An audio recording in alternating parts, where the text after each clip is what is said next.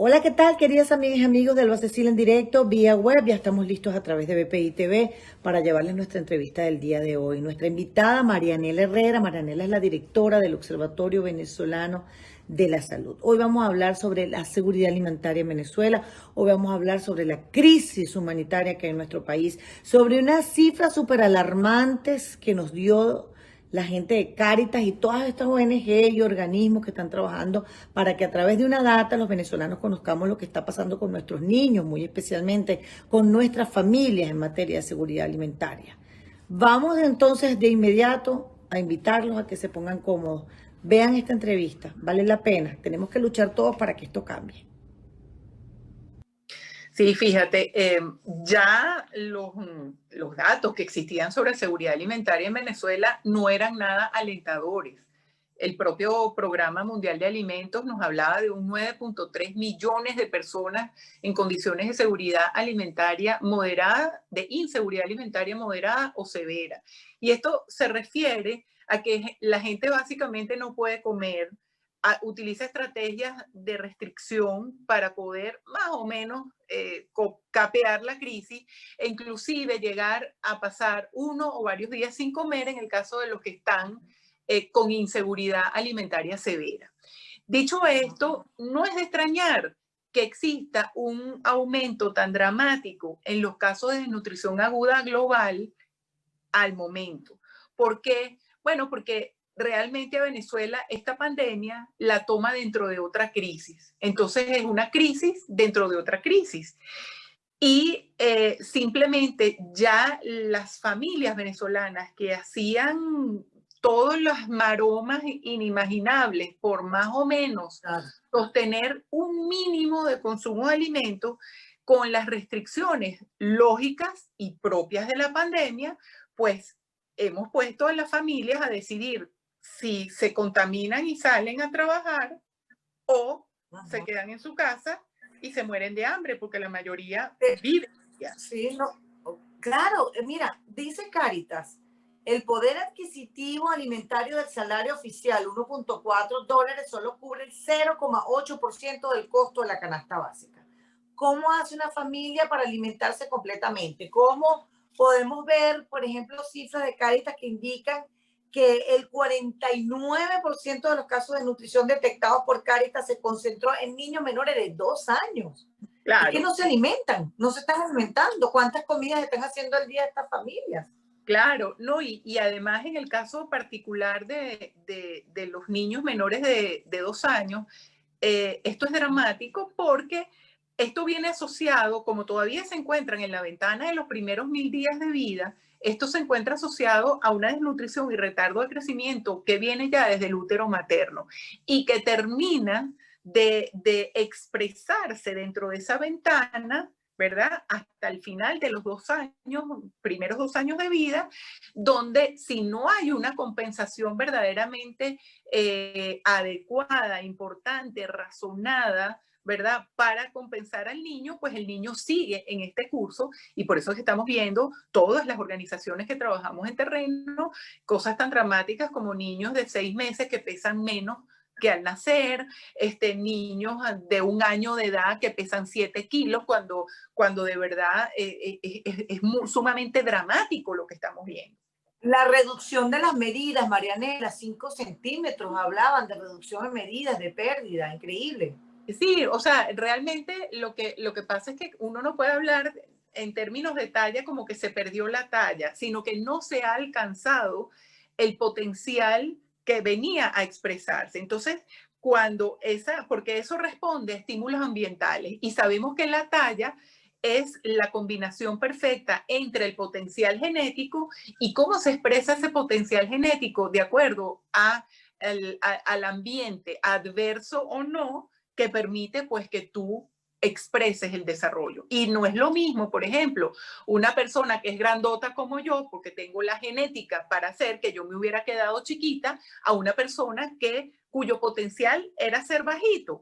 La persona que tenía una talla baja genética familiar tolera mucho mejor ser bajito porque esa es su expresión. No fue Claro. porque hubo un ambiente adverso que lo detuvo.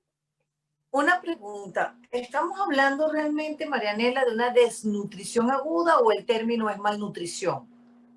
Fíjate, es que malnutrición se refiere a todas las formas de una nutrición inadecuada. Una persona obesa tiene malnutrición por exceso y esa persona obesa que tiene muchos kilos de más pudiera ser anémica, pudiera tener déficit de calcio, pudiera tener déficit de muchos minerales y vitaminas, por ejemplo, lo cual se conoce como hambre oculta, ¿sí? La Okay. desnutrición, que es la malnutrición por déficit, entonces es lo que nosotros conocemos más en estos días, lamentablemente, en Venezuela. Claro, y hablabas de un 34% de los niños evaluados que tenían algún grado de desnutrición aguda. Sin duda alguna, como tú explicas, se debe a una malnutrición. ¿Qué están comiendo los niños? Porque estamos diciendo que niños menores por debajo de los 2 años. Porque tú me dices que desde el vientre materno ya vienen esos niños con una situación de desnutrición importante que están resaltando en esta ocasión.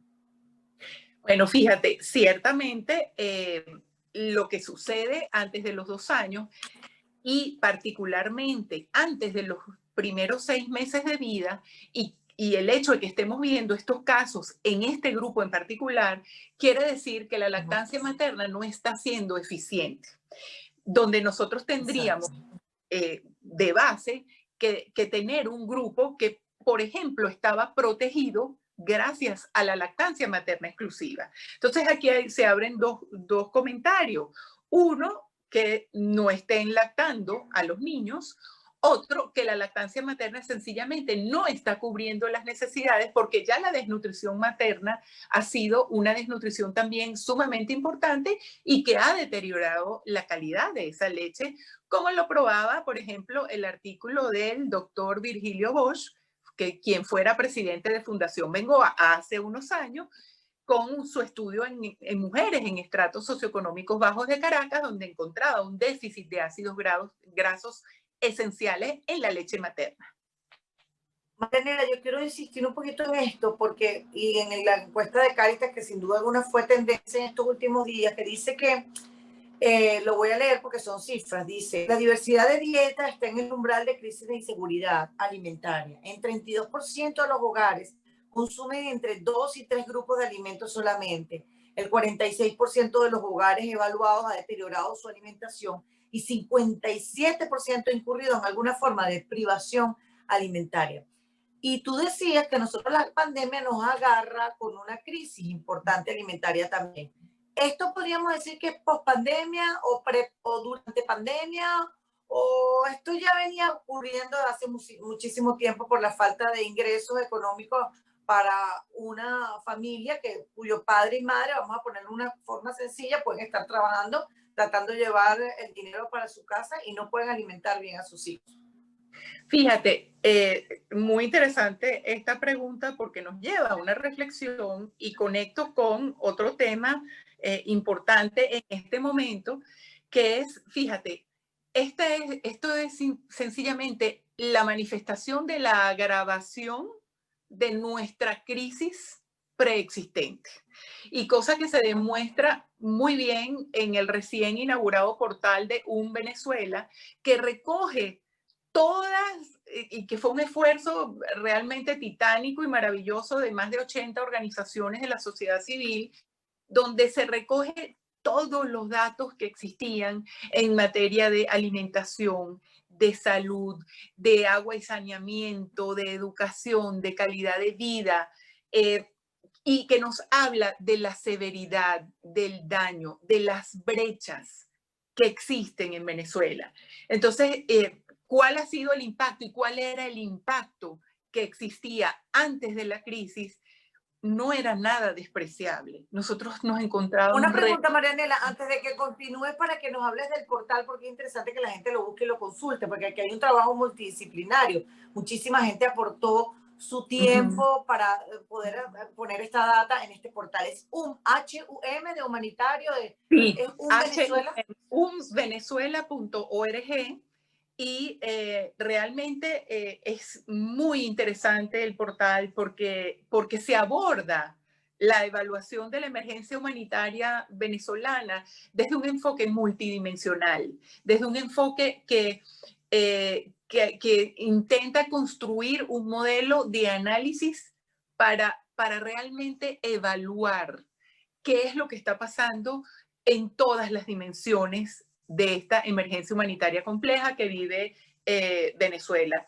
Y, y realmente es importante porque quizás el tema con el que más estamos familiarizados son estas datas, son los números que nos llegan al alma y al corazón, como este 34% de niños que tienen algún nivel de desnutrición o con anterioridad el 60% que algunas comunidades expresaban en niños menores de 5 años de algún tipo de desnutrición. Entonces esos números nos llegan al alma, pero ¿cómo llegamos ahí? ¿Y cuál ha sido el impacto, la escala y la severidad y lo que ocurrirá a partir de esos números? De eso es que nos habla realmente un Venezuela cuando nos describe, por ejemplo, las brechas que existen en la producción nacional de alimentos, por ejemplo, entre lo que se produce hoy en día y lo que se producía unos años atrás. Igualmente en términos de acceso al agua, igualmente en términos de educación. La gente no suele ver a la educación en el plano. Lo del agua es impresionante. Tú que eres directora del Observatorio Venezolano de la Salud, Marianela, dice que en este contexto de pandemia, el 83% de los hogares evaluados no tiene acceso a agua continua. Es correcto. ¿Cómo puede haber salud en un país así? Es correcto. Y además, en un momento donde te están pidiendo que te laves las manos lo más frecuentemente posible. Es decir, ¿cómo hacemos en un momento donde la higiene se volvió la prioridad de cada familia, de cada persona, de cada sociedad? ¿Cómo hacemos con esta tragedia de no tener agua segura?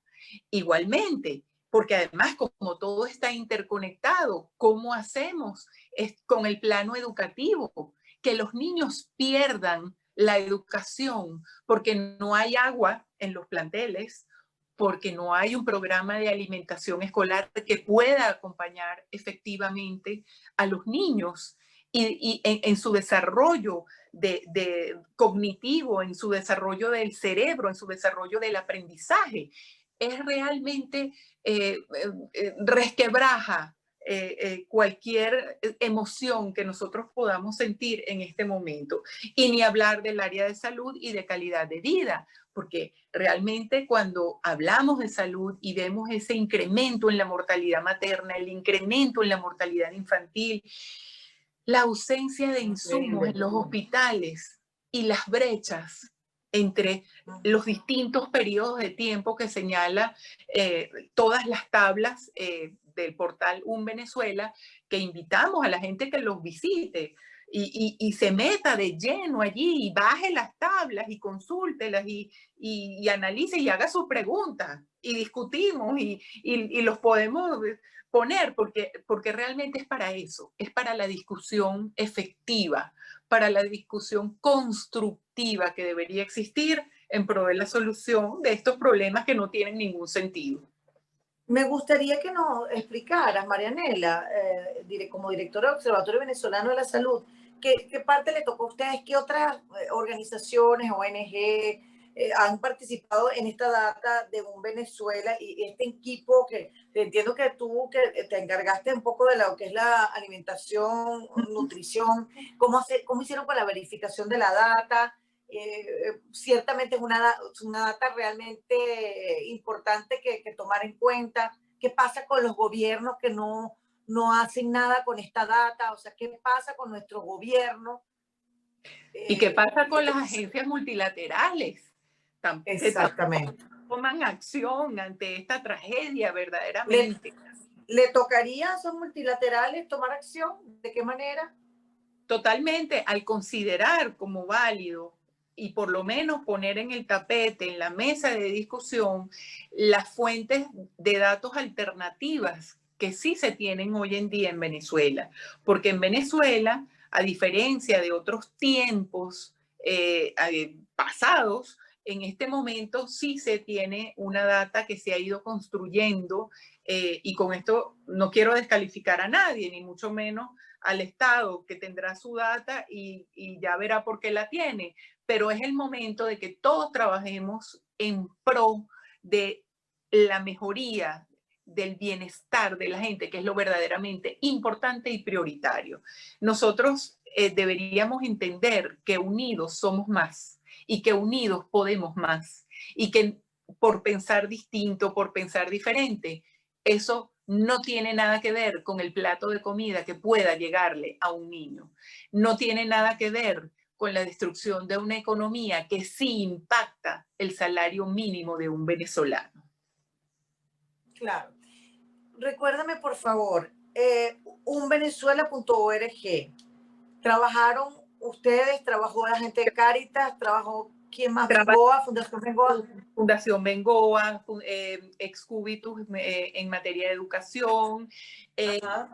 Si recuerdo bien, es que son más de 80 organizaciones, entonces ok, eso es lo que quería saber, buenísimo. El liderazgo de civil y derechos humanos, Agua Clara en la parte de saneamiento, y después vienen todas las regionales que se encargaron desde el punto de vista de las regiones, de los estados, que afortunadamente, como te digo, mira, más de 80 organizaciones, o sea, esto es muy sólido, esto es un trabajo extremadamente valioso, donde cada organización ha aportado su granito de arena, donde cada persona realmente se metió dentro del trabajo, hizo las averiguaciones tanto cualitativas como cuantitativas, se validaron los mejores indicadores para poder llegar hasta donde se pudo llegar. Marianela, lo más importante, queda allí, queda escrito, queda plasmado en un portal,